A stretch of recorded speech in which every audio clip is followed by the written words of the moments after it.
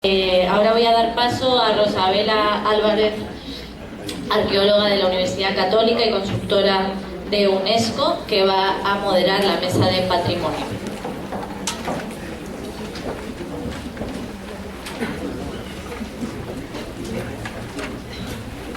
Buenas tardes, gracias a todos por venir.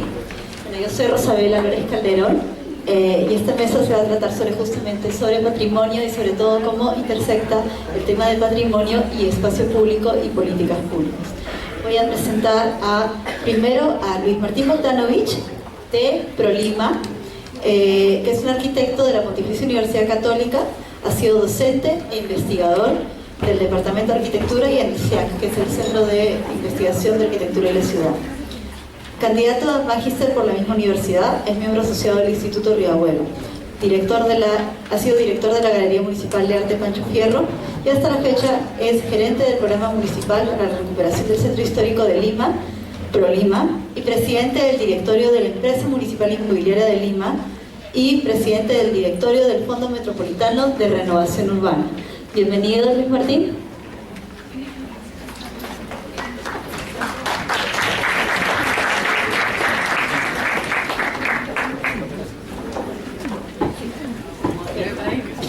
Luis Martín Bogdanovich. En segundo lugar, quiero presentar a Leslie Urteaga del Ministerio de Cultura. Ella es abogada de la Universidad Nacional Mayor de San Marcos, egresada de la Maestría en Gestión Pública por la Universidad del Pacífico y tiene estudios de gestión cultural y desarrollo local en la Organización de Estados Iberoamericanos. Es ex asesora del Despacho Viceministerial del Patrimonio Cultural e Industrias Culturales del Ministerio de Cultura y tiene experiencia profesional en las áreas de Derecho Administrativo y Civil, así como en el ámbito de la gestión pública. Desde julio del año 2017 desempeña el cargo de Directora General de Defensa del Patrimonio Cultural del Ministerio de Cultura. Bienvenida, Luis.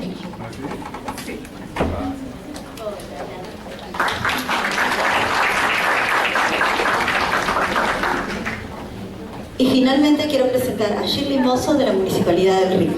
Es arquitecta egresada de la Universidad Nacional de San Antonio Abad de Cusco y tiene 11 años de experiencia en la gestión pública como funcionaria y responsable de gerencias generales y aquellas vinculadas al desarrollo en la gestión urbana, el territorio y la planificación institucional. Tiene estudios de maestría en gestión y desarrollo inmobiliario por la Universidad de San, estudios de posgrado en ordenación del territorio y urbanismo por la Escuela Subtécnica Superior de Arquitectura de Madrid y el Ministerio de Administraciones Públicas de España a través del Programa Iberoamericano de Formación Técnica Especializada. También tiene estudios de posgrado en Patrimonio y Comunicación en La Habana, Cuba, y por el Ministerio de Relaciones Exteriores, el Instituto José Martí y la Oficina del Historiador. Bienvenida, Shirley.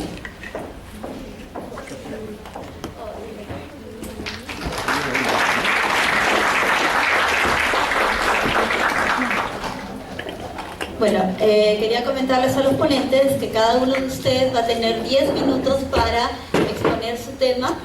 Voy a estar controlando el tiempo y les voy a avisar cuando falten un par de minutos para terminar. Muchas gracias.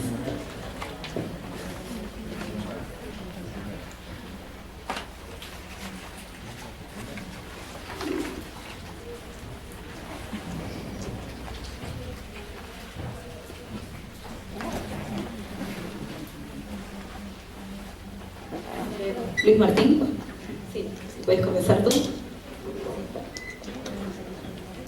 Perfecto. Luis Martín. A ver, la presentación, espérate un momento.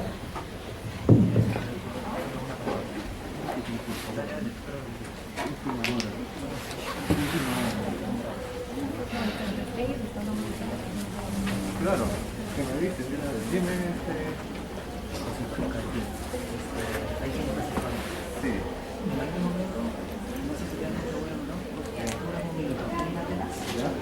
A ver, vamos a coordinar eso tal vez si quieres continuar con tu presentación o si quieres que comience el link.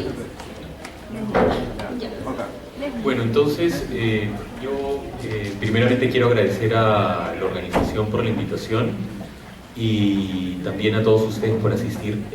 Lo que yo les voy a presentar es parte de los lineamientos del plan maestro del Centro Histórico de Lima, que se han trabajado los últimos 17 meses de manera coordinada y concertada con el Ministerio de Cultura, que está presente aquí, la Municipalidad Distrital del RIMAC también, el Ministerio de Vivienda, el Consejo Internacional de Monumentos y Sitios en su capítulo peruano, CENEPRED, INDECI y Colegio de Arquitectos.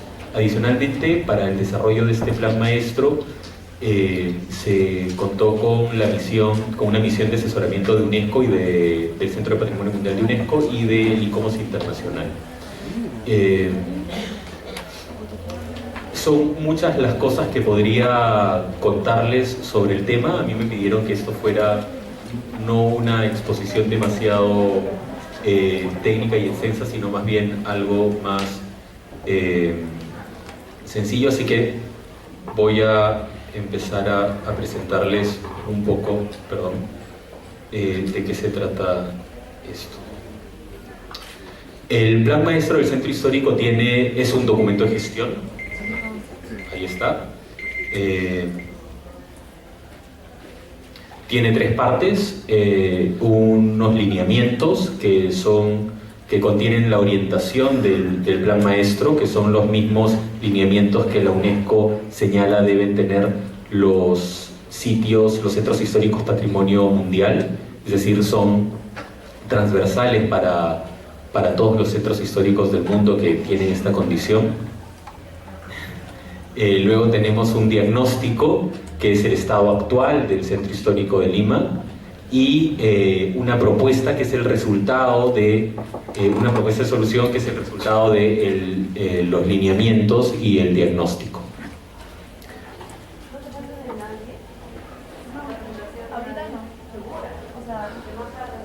Como les comentaba, contienen la visión del centro. Antes la visión del Centro Histórico de Lima era la de un conjunto de elementos que comparten características comunes, es decir, una sucesión y acumulación de monumentos, inmuebles de valor monumental y ambientes urbanos monumentales.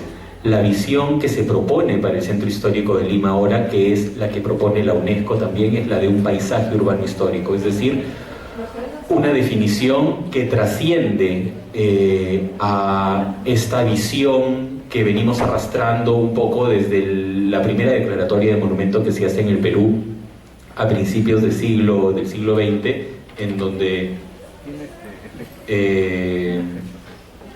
bueno, no sé qué pasa con esto. En todo caso, como les comentaba, la nueva visión, que es la de paisaje urbano histórico, se las voy a leer. Se entiende por paisaje urbano histórico la zona urbana resultante de una estratificación histórica de valores y atributos culturales y naturales, lo que trasciende la noción de conjunto o centro histórico para abarcar un contexto urbano general y su entorno geográfico. Esto es un consenso internacional de UNESCO del año 2012, que todavía no se aplica del todo aquí en el Perú, pero que nosotros lo estamos proponiendo en el plan. Entonces hay un cambio de una aproximación que se basa en características urbanas a una aproximación que se basa en valores, y estos valores pueden ser diferentes tipos de valores, de patrimonio no solamente material sino también inmaterial, no solamente patrimonio inmueble sino también patrimonio mueble, porque cada uno de estos factores y valores son parte integrante de este centro histórico que es un paisaje urbano histórico. Entonces aquí hay que señalar qué es el valor universal excepcional, que es el criterio por el cual Lima, Cusco y Arequipa, que son las 3 ciudades del Perú que son inscritas en la lista del Patrimonio Mundial, tienen esta condición, a diferencia de otros centros históricos del Perú que tienen mucho valor también, pero que no tienen esta condición porque quizá no tienen un valor universal excepcional, no tienen una condición de representatividad, o sea que digamos, no contienen una sumatoria de valores que hacen que esos centros históricos deban ser conservados porque son, o sea digamos, todos deben ser conservados, pero que tienen una serie de condiciones que hacen que sean realmente indispensables para entender la historia de la humanidad y cuya pérdida implicaría realmente una pérdida para el mundo, ¿no? Aquí lo tienen también la definición. El criterio 4 es el que se usó para la inscripción de Lima, que es por ser un testimonio sobresaliente de un tipo de edificio, conjunto arquitectónico, tecnológico o paisaje que ilustra uno o unos periodos significativos en la historia de la humanidad. Lo que ustedes ven allí es un plano del centro histórico de Lima, en donde están marcados todos los, en rojo los monumentos históricos, en naranja los inmuebles de valor monumental, en amarillo los ambientes urbanos monumentales, y con una línea aquí gris el área que fue declarada centro histórico en el año 72 por el Estado peruano, y en una línea que no se ve muy bien, menor, aquí el área que es patrimonio mundial. Entonces, en este plano se ejemplifica cuál es la visión que se tiene, esta visión unitaria de los centros históricos, es decir, los centros históricos como conjunto de elementos sueltos que están dentro de un área, pero es mucho más que eso, ¿no? Lo que no está marcado tiene una categoría de entorno, es decir, son elementos de los que se puede prescindir, según la visión que se tiene actualmente y que es la que se propone cambiar. Bueno, esta es el objetivo principal. El objetivo principal del plan. Yo aquí quisiera detenerme un momento para señalarles que ¿por qué es importante también esta nueva visión de valores? Y, digamos,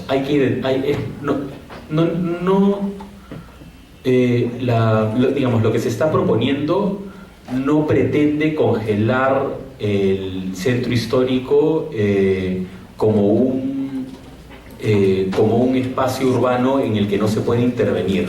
Por el contrario, lo que pretende es identificar cuáles son aquellos valores que deben ser conservados para que se pueda proponer cosas de nuestro tiempo que, lejos de vulnerar los valores del pasado, lo que hagan sea resaltarlos, y que nosotros en nuestro tiempo podamos sumar valores, digamos, contemporáneos, que en el futuro serán valores históricos, porque van a estar perfectamente complementados con el paisaje urbano histórico del centro. Entonces, esto es lo que les estaba señalando. Se ha hecho para poder identificar cuáles son, porque el centro histórico de Lima no es solamente un centro histórico virreinal, sino que también tiene muchos añadidos de diferentes épocas. Tenemos añadidos republicanos, añadidos del siglo XX, incluso, bueno, y de épocas muy distintas. Entonces era indispensable que podamos hacer una estratificación de valores, que la hemos señalado, o sea, que la hemos estratificado así. Tenemos valores prefundacionales, fundacionales, postfundacionales, en donde de por sí también hay una subestratificación, y cada uno de estos valores los tenemos como valores inmateriales del espacio, morfología urbana, expresión formal de los edificios, tipología de los edificios, tecnología constructiva de los edificios. Esos son, hay distintos tipos de valores, y en cada época prefundacional, fundacional y postfundacional, tenemos también diferentes valores, porque los valores del espacio urbano y de la arquitectura del siglo XVIII definitivamente no son los mismos que los del siglo XIX. Incluso tenemos identificados aquellos elementos de arquitectura contemporánea que tienen un valor intrínseco, que deben ser conservados porque tienen un valor en sí mismos, pero que reconocemos en el plan que su existencia vulnera el paisaje del centro histórico. O sea, es importante que antes de intervenir en cualquier espacio, para no equivocarnos, que sepamos que sepamos, y con esto voy a terminar porque podría extenderme mucho más, que sepamos dónde vamos a intervenir para que lo hagamos de la manera correcta. Y la única manera correcta que tenemos de intervenir sin equivocarnos en un centro histórico es conociendo cuáles son los valores del espacio en el que intervenimos. Y esos valores, en el caso de Lima, no se pueden agrupar de una manera sencilla, porque el centro histórico de Lima es un centro histórico muy complejo, donde hay intervenciones de diferentes épocas. Entonces tenemos que identificar y agrupar cuáles son estos valores materiales e inmateriales de estos distintos periodos, para que estemos en capacidad a la hora de intervenirlos, realmente de ponerlos en valor. Y si vamos a hacer alguna intervención contemporánea, que ésta sea para sumarle y no para restarle. O sea, si vamos a intervenir en una plazuela, por ejemplo, que lo que hagamos, si le vamos a poner algo nuevo, algo que no sea parte de la recuperación más textual del espacio, que ese añadido de nuestra época no constituya una vulneración a los valores del periodo en el que ese espacio se hizo, ¿no? Y como todos los espacios se hicieron en diferentes tiempos, pues todos los espacios tienen que ser tratados de manera distinta, ¿no? Podría extenderme mucho más, pero creo que ya estoy con el tiempo y básicamente eso era lo que quería compartir con ustedes. Gracias.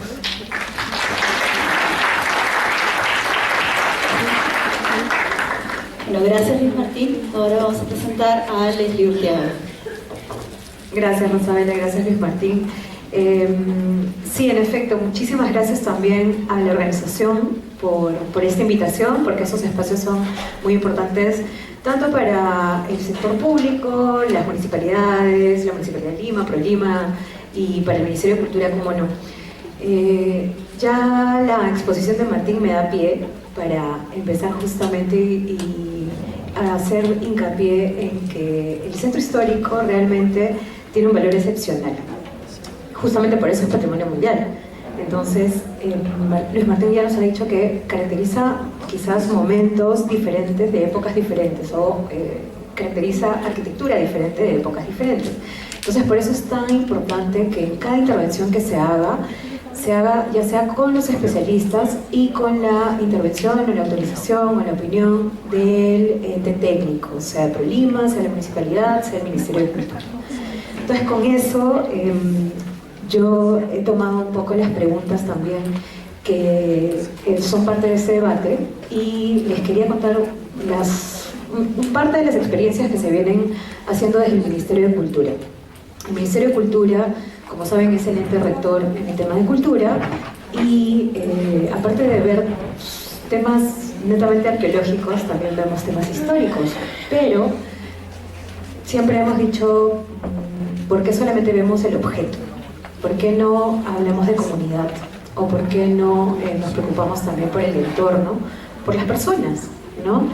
Entonces, aquí hay una herramienta, un proyecto que viene desarrollándose desde el año pasado, se llama Altura para la Cultura. Muchos de ustedes seguramente lo han visto, lo conocen. Bueno, ahí están las casitas que hemos tratado de dibujar de alguna manera, las casonas. Por ejemplo, pensemos en el centro histórico, ¿no? Hay casonas que son parte de propiedad privada y que se vienen deteriorando por el paso del tiempo. Entonces, ¿qué hacer? Las familias nos dicen, yo no tengo dinero, no puedo hacerlo.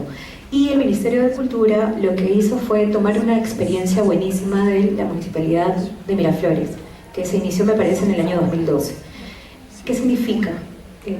Que estamos tratando de tomar herramientas que ya existen, herramientas técnicas, para que las personas, las familias, los propietarios, lo que hagan es vender su potencial constructivo, lo que para cualquier persona de repente puede ser llamado como aires, ¿no?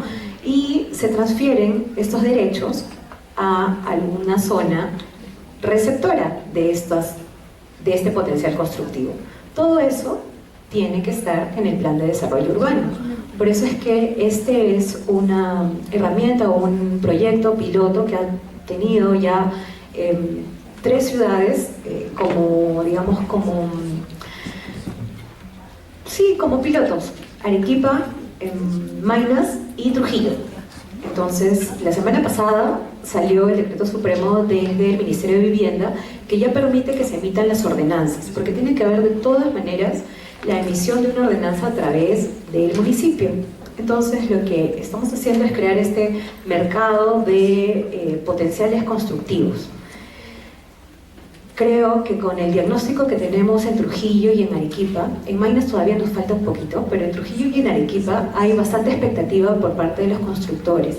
¿Qué significa? Que esos aires o ese potencial constructivo va a ser trasladado a otra zona, no a la zona del centro histórico, no a la zona generadora, que lo hemos llamado así dentro de la ordenanza, sino a la zona receptora. Las mismas, ambas zonas que están previamente identificadas en el plan de desarrollo, como les digo. Entonces, vemos que hay un ganar-ganar, ¿no? Es un mecanismo que, si bien podría ser aplicado en la mayoría de los bienes declarados como monumentos, centros históricos o con condición cultural, nos permite también tener herramientas sin hacer tantas modificaciones normativas o esperar un cambio legal, ¿no? Que tanto también nos hace falta quizás desde la Ley General de Patrimonio, que se emitió en el 2004. Entonces, estamos ahora viendo el modelo, cómo se comportan también los propietarios, porque necesitamos apoyarnos y empujar el tema con las familias que no tienen saneadas sus propiedades. Ese es un problema que me parece que a nivel de Perú tenemos. Aquí está la otra propuesta.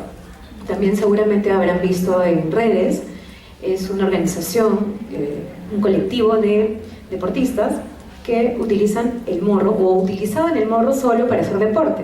Nos hemos juntado con ellos para que, además de hacer deporte, también podamos hacer batallas de limpieza, como les hemos puesto. Ese es un sitio histórico de batalla.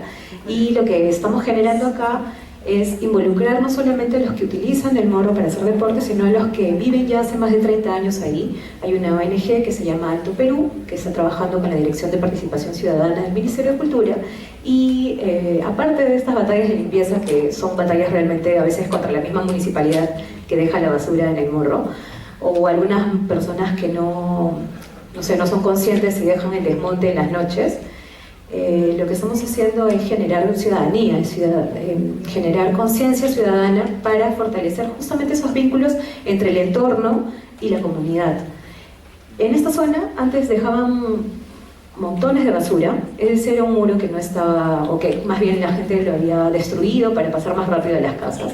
Y estamos intentando de alguna manera desde la comunidad que se tenga responsabilidad frente justamente al barrio, ¿no? A nuestro entorno, a nuestros vecinos, como hablaba la mesa anterior.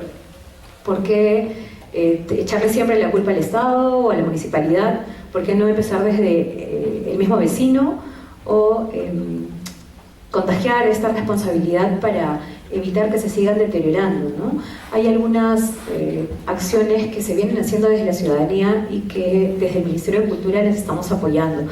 Aquí, en este caso de Todos por el Morro, como les decía, es un sitio histórico de batalla que va a tener un plan maestro, finalmente, un plan de gestión. Y esta es la otra experiencia que les quería comentar, que se llama Arte y Memoria, que también lo estamos generando desde la Dirección de Participación Ciudadana, y es tomar el espacio público de una manera responsable, pero también llegando a las familias, generando esos espacios donde todos nos podamos encontrar, donde podamos hacer deporte, bailar. Ahí estamos viendo los talleres de origami con los chicos, conocer un poquito más de justamente esos sitios arqueológicos que están en toda la trama urbana de Lima, en este caso, ¿no? Y lo estamos tratando de replicar a través de las direcciones desconcentradas de cultura. Entonces, siempre desde mi dirección, que es la Dirección General de Defensa del Patrimonio, decimos cómo exigimos que alguien lo cuide si no lo conoce.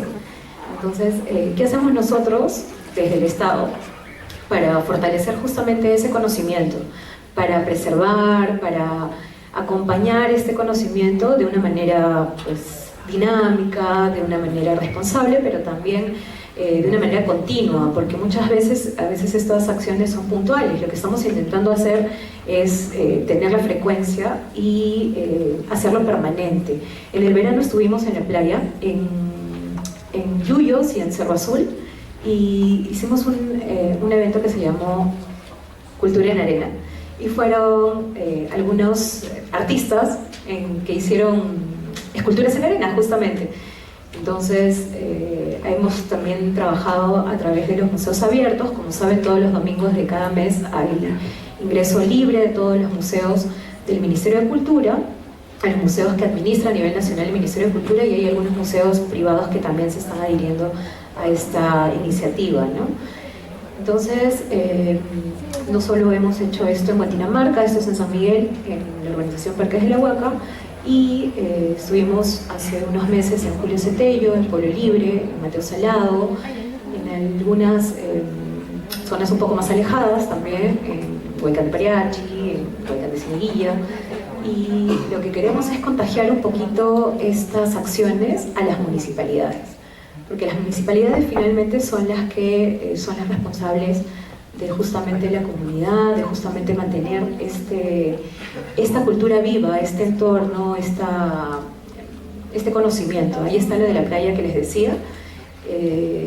Fue muy interesante porque era una de las primeras veces en que el Ministerio de Cultura salía a un espacio tan abierto, de una manera tan radical de repente, que antes no se había hecho, y nos fue muy bien, nos aportó justamente para informarle a la ciudadanía que los domingos podían ir libremente, gratuitamente a todos los museos del Perú, son 55, y que podían también en los museos hacer talleres, aparte de la visita guiada. Hicimos justamente desde el Museo de Puruchuco una pequeña feria gastronómica con las señoras que están en el entorno. Desde Pachacamac también se han hecho varias cosas. Entonces, son algunas actividades que desde la participación ciudadana pensamos que podemos acompañar, fortalecer. Durante este último mes lo que hemos hecho es justamente invitar a las organizaciones políticas, a los equipos técnicos que están postulando para Lima, para tener una reunión técnica que esperamos se pueda traducir en un compromiso por Lima, porque es bastante interesante lo que pasa en Lima siempre con las personas que nosotros elegimos como alcaldes. Y con eso yo creo que acabo, ya tengo el tiempo encima. Muchas gracias por su atención y vamos a disfrutar.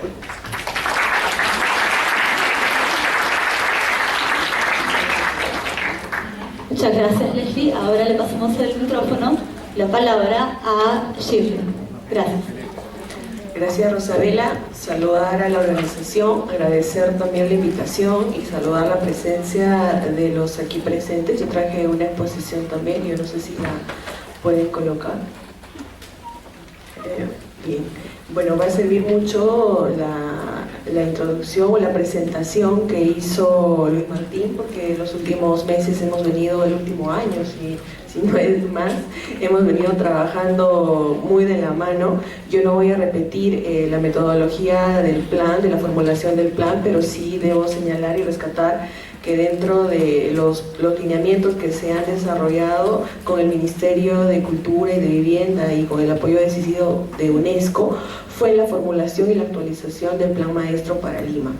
En ese sentido, de manera muy específica en el RIMAC, y yo debo resaltar mucho la decisión política además que nosotros tuvimos con el alcalde Peramás, desarrollamos un plan de manejo de lo que es el centro histórico con la normativa existente.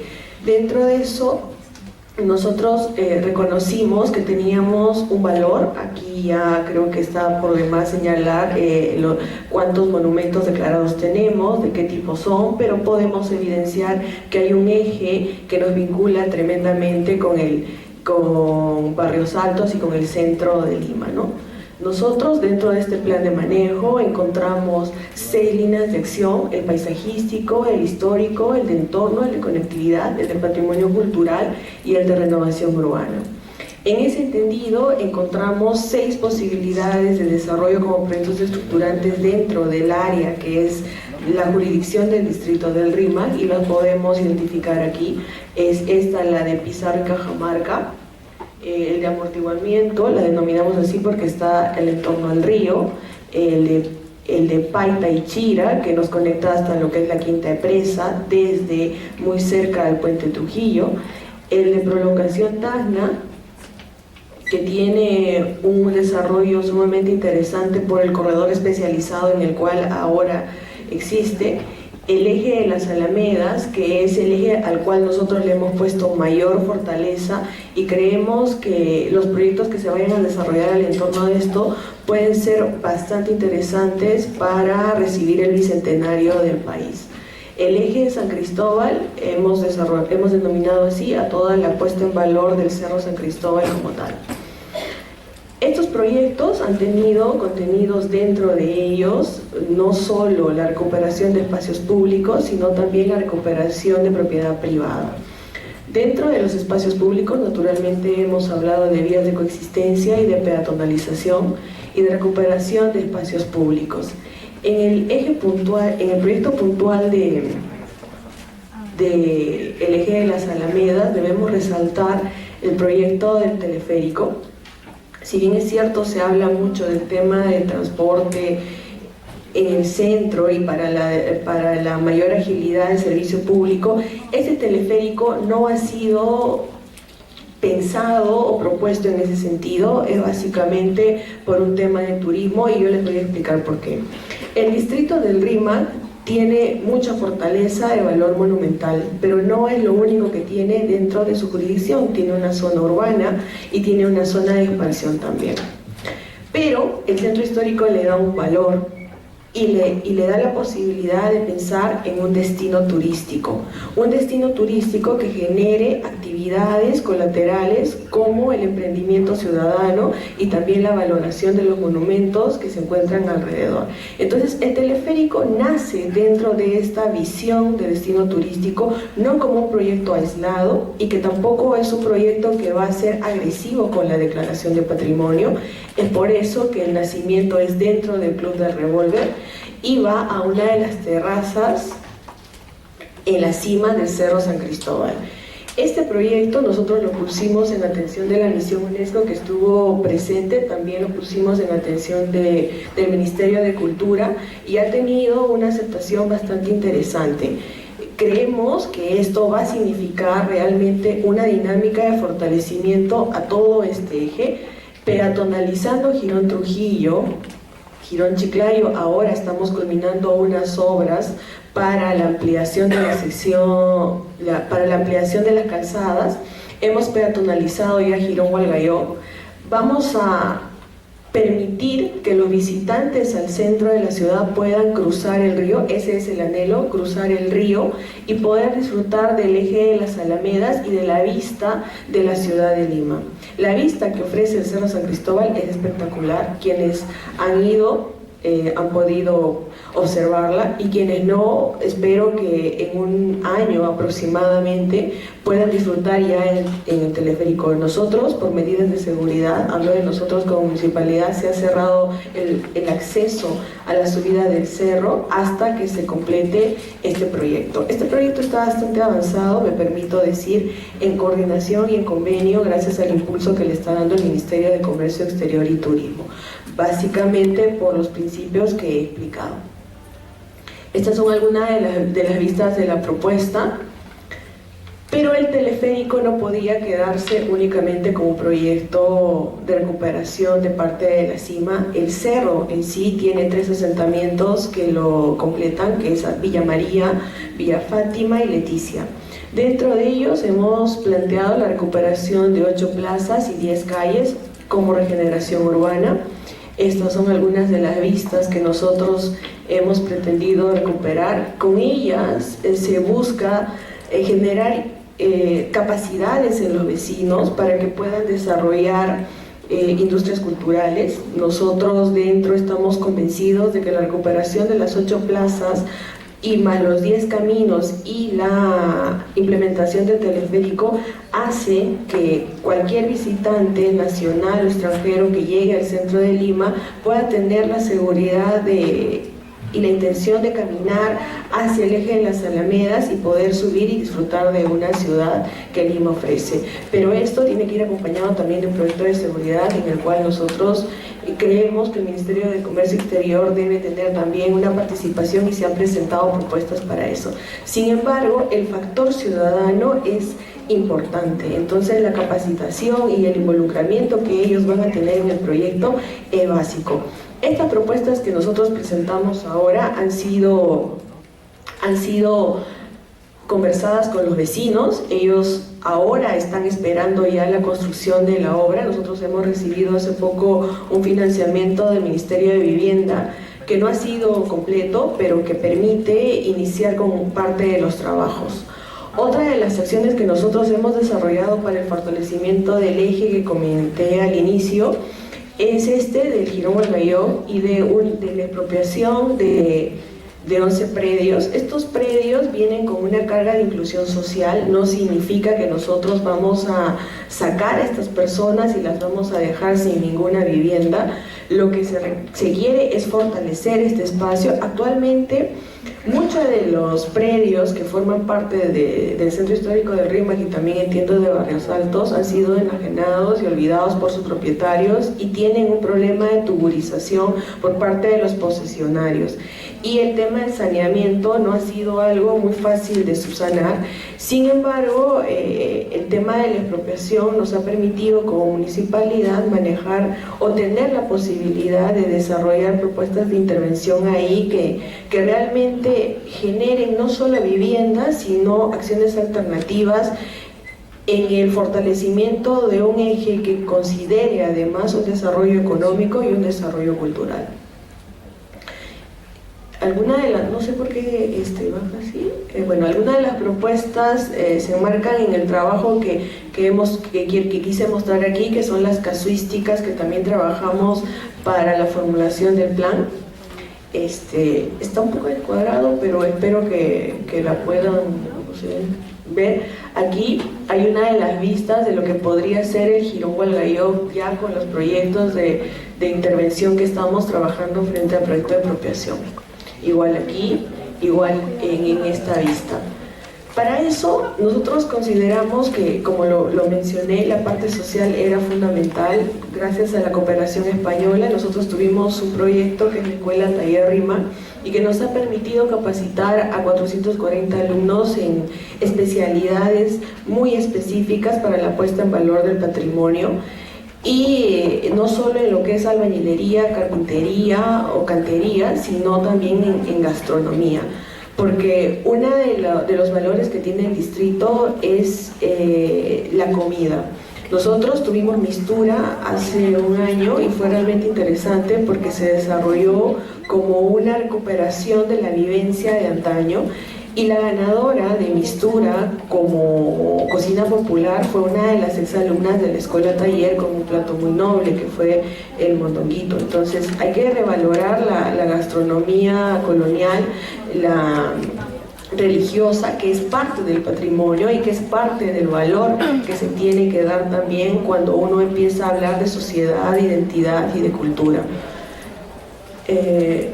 Aquí podemos ver algunos de los espacios que se pudieron ocupar en el desarrollo de Mistura, y es lo que realmente a nosotros nos motiva a seguir trabajando una ciudad viva, recuperada para el ciudadano, con espacios públicos sostenibles y que sean capaces de contribuir no solo a la ciudad, sino a las instituciones que la cobijan. Gracias.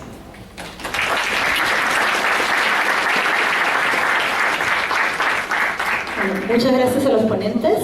Les invito al público a ir formulando sus preguntas, que se las pueden pasar a los voluntarios, y vamos a leer algunas de las preguntas en voz alta. Preguntas.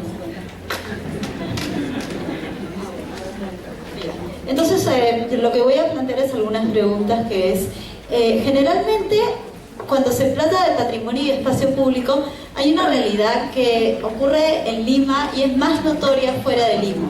Es el hecho de que muchos de los grandes espacios públicos de valor creados, sobre todo en ciudades como Lima, son todos de la época, o sea, unos cuantos espacios públicos de calidad en zonas céntricas articuladas a la ciudad y que son legítimamente abiertos y accesibles al público, se han creado en los últimos 50 años. Más allá de los parques zonales, que fue como que el gran intento de crear espacio público para una ciudad en crecimiento, que irónicamente ahora se les ha convertido en clubes, reforzando esta idea de que no son espacios públicos verdaderos, sino espacios privatizados. Entonces es la idea de que también un problema con el espacio público y el patrimonio es que justamente uno de estos, lo que hablaba Luis Martín, uno de estos valores de la ciudad, y que justamente es un valor que tal vez deberíamos enfatizar y aprender de ese valor, es ¿qué fue esa motivación que tuvieron los ciudadanos? Por ejemplo, es esta idea que cuando a veces hablamos de valores de patrimonio, siempre pensamos muchas veces en los edificios, en los monumentos, y rara vez a veces pensamos en las condiciones que crearon esta ciudad. Por ejemplo, el hecho de que, por ejemplo, en una ciudad como Lima, Arequipa, Cusco, son ciudades muy vulnerables a temas de sismos. En el caso de Arequipa, a volcanes. Y a veces ni siquiera necesitamos sismos, porque como que el otro día que pasaron un video que a todos los limeños nos dio horror de una casa en el RIMAC simplemente cayendo de la nada. La idea es que la arquitectura no es eterna. Puede ser destruida por acción de las personas, por acción del abandono o por acciones naturales. Pero más bien hay elementos que no pueden destruir la naturaleza, cosas como la escala humana, los espacios públicos, la distribución del espacio, la relación con la calle. Estos temas de planificación que básicamente hace que crean esta ciudad tan deseable, tan accesible, y que justamente es a veces un tema que a veces olvidamos queriendo enfatizar la arquitectura, que es a veces lo más tangible y, ¿por qué no?, lo más hermoso, lo más atractivo, lo más interesante, pero que a veces no nos damos cuenta de estos elementos. ¿Qué hace, por ejemplo, tan agradable caminar por el centro histórico? A veces es justamente que vas a ver cualquier cantidad de negocios, que vas a ver quintas, vas a ver gente parada en la calle, que vas a ver una buena relación con la calle, los edificios no te atolondran, hasta los rascacielos no te atolondran. Sientes que estás en una ciudad para personas, llegas y vas a encontrar parques, plazas, espacios públicos de diferente tamaño, desde parques metropolitanos hasta pequeñas placitas de bolsillo, hasta cosas improvisadas. Entonces, por ejemplo, una pregunta que me gustaría hacer es ¿cómo es que ven el futuro? Por ejemplo, ¿qué se está haciendo desde sus instituciones, ya, para ir más allá de este tema de la arquitectura monumental, que como vemos es hermosa y vale la pena conservar, pero es vulnerable y frágil? Y más bien, ¿qué piensan ustedes? ¿Qué les gustaría o qué propondrían hacer para también la valoración de estos elementos del patrimonio que han construido esta ciudad que valoramos tanto? La escala, la distribución de espacio público, esta accesibilidad, esta relación con el ciudadano, como vimos en el plan maestro, incluso estos negocios patrimoniales que no encuentras en ninguna otra parte, como las pulperías, las empleaderías, negocios que ya ni siquiera existen en otro lado, pero que no existen en el resto de la ciudad. O sea, ¿qué se ven que están haciendo y qué les gustaría que se haga tanto desde su institución como a nivel de gobierno? De hecho, Rosabel, agradezco tu comentario y tu pregunta porque me permite complementar un poco de lo que ya había expuesto. Todo lo que tú señalas, todas las respuestas a tus preguntas y seguramente las respuestas a muchas otras que pueden estar ustedes formulándose en este momento están en el Plan Maestro, que es este documento que abarca todos los aspectos de una ciudad histórica, no solamente los relacionados al patrimonio tangible, sino también al patrimonio inmaterial, incluso al patrimonio mueble, que es un tema del que muchas veces los arquitectos y las personas que pensamos en ciudad histórica nos olvidamos. Olvidamos que los contenidos de los inmuebles son tan importantes como los mismos inmuebles o los espacios públicos, porque nos cuentan, nos ayudan a contar esta historia y a que el testimonio de estas ciudades históricas sean mucho más potentes, ¿no? Rosabel hablaba de los negocios, estos negocios patrimoniales. Eso es parte de un patrimonio inmaterial, el uso que se le da históricamente a los inmuebles.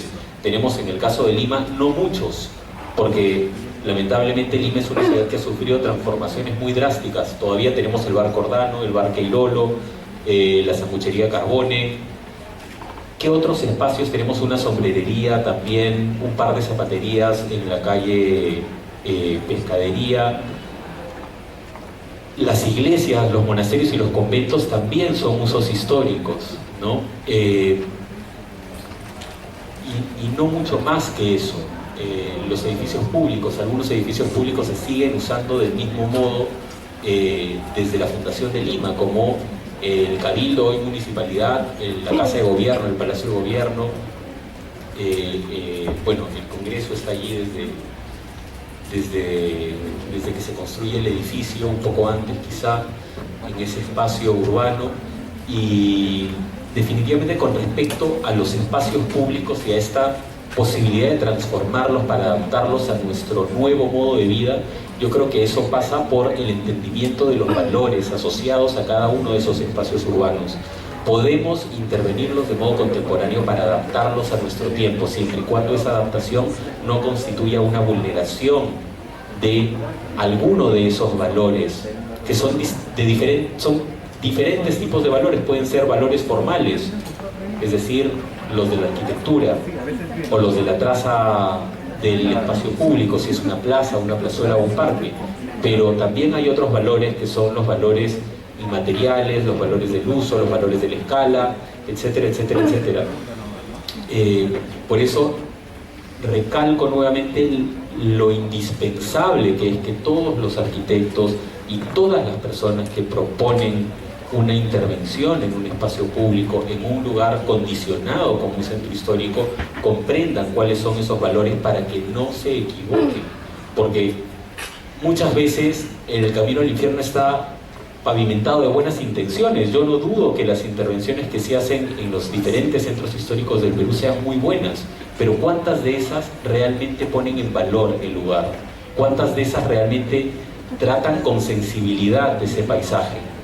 ¿No? Nosotros vemos en otras partes del mundo intervenciones absolutamente contemporáneas en espacios históricos mucho más antiguos que los centros históricos del Perú, pero que uno las ve y a pesar de que puede darse cuenta que es una cosa contemporánea, no te hace ruido, no tiene contaminación, porque la escala está bien manejada de los materiales, la elección de los materiales, o sea, hay una serie de elementos que hacen que no perturbe, ¿no?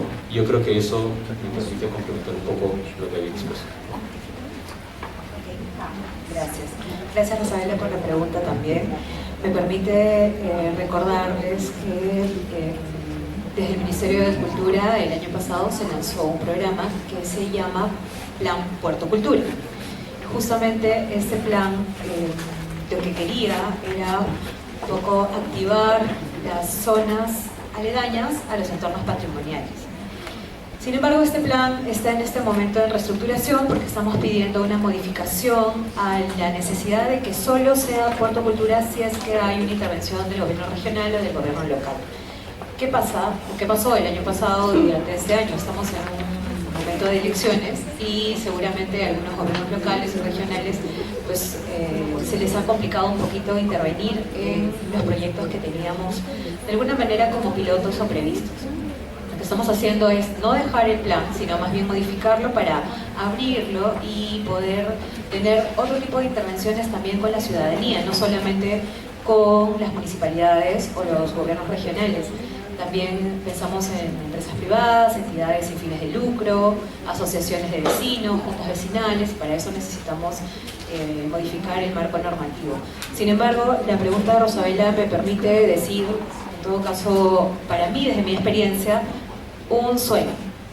Desde el Ministerio de Cultura soñamos que cada ciudadano cuide su patrimonio, no solamente por ser espacio público o porque se tiene que cuidar porque la norma lo dice, sino justamente soñamos porque hemos conocido, queremos que se preserve, sabemos cuáles son los valores y si es que la comunidad anterior a la nuestra la ha cuidado, ¿por qué nosotros no podemos ser responsables y no podemos seguir con este cuidado de acuerdo a los lineamientos técnicos que corresponden?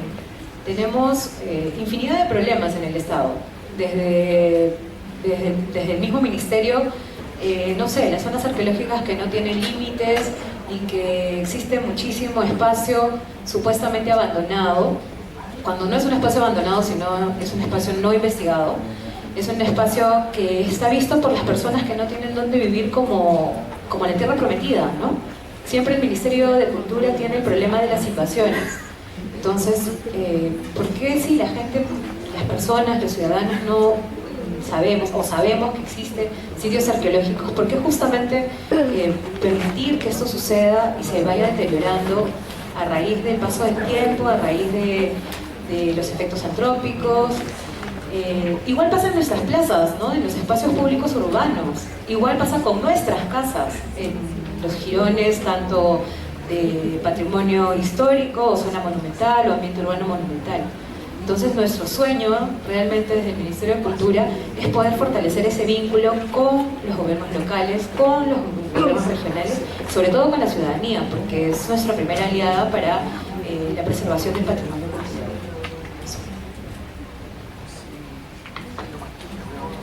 Bien, yo quiero felicitar en algún modo la pregunta que nos hizo Rosabela, porque abarca varios escenarios, resaltando lo que señaló Luz Martín y Leslie. Yo debo reconocer que la ciudad de Lima tiene ricos espacios en su centro histórico. Tiene espacios naturales como el río y como el cerro, por ejemplo, que son sumamente interesantes, o como la misma Costa Verde a la cual estamos de cara ahora. Pero lamentablemente no ha habido una consecuencia de proyectos, de visión o de lineamientos que se vayan a desarrollar para que realmente se pueda concretar algo que además le sirva para la sociedad. Y eso básicamente se reduce a políticas públicas claras.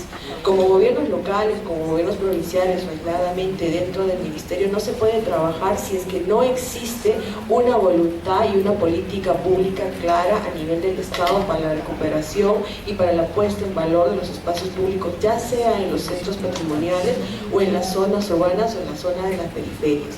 En todas partes del mundo existe, yo creo que en nuestro país es el único que no tiene. Sin embargo, no podemos decir que porque no existe no podemos hacer nada. Nosotros hemos entendido que parte de la recuperación o la preservación o la utilización de los espacios públicos es que la ciudadanía también entienda los espacios que contienen los lugares donde habitan. Uno de los grandes retos que tuvimos en el RIMA fue entender que era una población migrante de casi un 80% y que no estaba orgullosa porque no conocía el lugar donde estaba viviendo. Hicimos un libro, un esfuerzo con UNESCO que se llamó Un paseo por el RIMA, y editamos 10.000 tirajes con un convenio con el Ministerio de Educación. Entregamos a todos los colegios de primaria, públicos y privados, para que los niños en formación pudieran conocer los valores patrimoniales que hay en el distrito. Este círculo se empezó hace 3 años, primero con un tema de sensibilización en los izamientos de todos los colegios, donde el alcalde y los directores estuvieron. El segundo año vino la implementación del libro, y este año estamos saliendo al recorrido de los espacios públicos con guías de turismo del área de la Gerencia de Educación. ¿Por qué hablo mucho del turismo? No significa que nosotros pensemos hacer un producto para que el turista venga, sino valorar nuestras costumbres o las costumbres del distrito de RIMA. Yo no soy rimense, me gustaría haber sido, pero sin embargo tiene una connotación, una presencia muy fuerte en Lima fundacional y en toda la historia del país. Entonces esto era importante, que la gente migrante que vive en el distrito pudiese saber y pudiese sentirse orgullosa. Las imágenes que yo mostré del tema de Mistura no fueron con personas que nosotros contratamos, sino fueron los propios vecinos, los colegios que se apropiaron del lugar. Entonces, ese es el anhelo. El anhelo es encontrar una sociedad y una población que reconozca, que valore y cuide lo que tenga, pero que también el anhelo sí es tener políticas públicas para poder tener recursos y poder implementar mejoras efectivas. Bueno, gracias. Primero presento. Primero habla Luis. La idea de hacer una mesa sobre patrimonio y el patrimonio de espacio público para las ciudades significa, lo que yo tenía la idea era que el patrimonio, los espacios patrimoniales, todo este patrimonio urbano que tenemos, de espacio público, escala, relación con ciudad, es un regalo extraordinario que nos regalaron los ciudadanos del pasado a nosotros. No hemos tenido que hacer nada, lo hemos recibido. Se nos ha recibido cargado de significado, cargado de historias, y no hemos tenido que hacer nada. Entonces, como dicen, es como tener los platos buenos de la abuelita. No tenemos que guardarlos por miedo a que se rompan, pero tampoco vamos a usarlos, vamos a tirarlos contra la pared. Tenemos que usarlos, apreciar su belleza, qué rico es usarlos, qué bueno es confiar en ellos, pero tampoco tirarlos contra la pared, no destruirlos. Ese es el punto. Patrimonio es lo que valoramos, el regalo que nos han dado, que hemos tenido la suerte de tener, y que como los hemos gozado tanto y tenemos tantas buenas memorias y experiencias asociadas a ello, esos lugares que nos marcan, como dicen los Beatles, ¿ya? También tenemos la responsabilidad, si tanto los hemos valorado, legarlos al futuro. Bueno, gracias por venir, muchas gracias a la organización.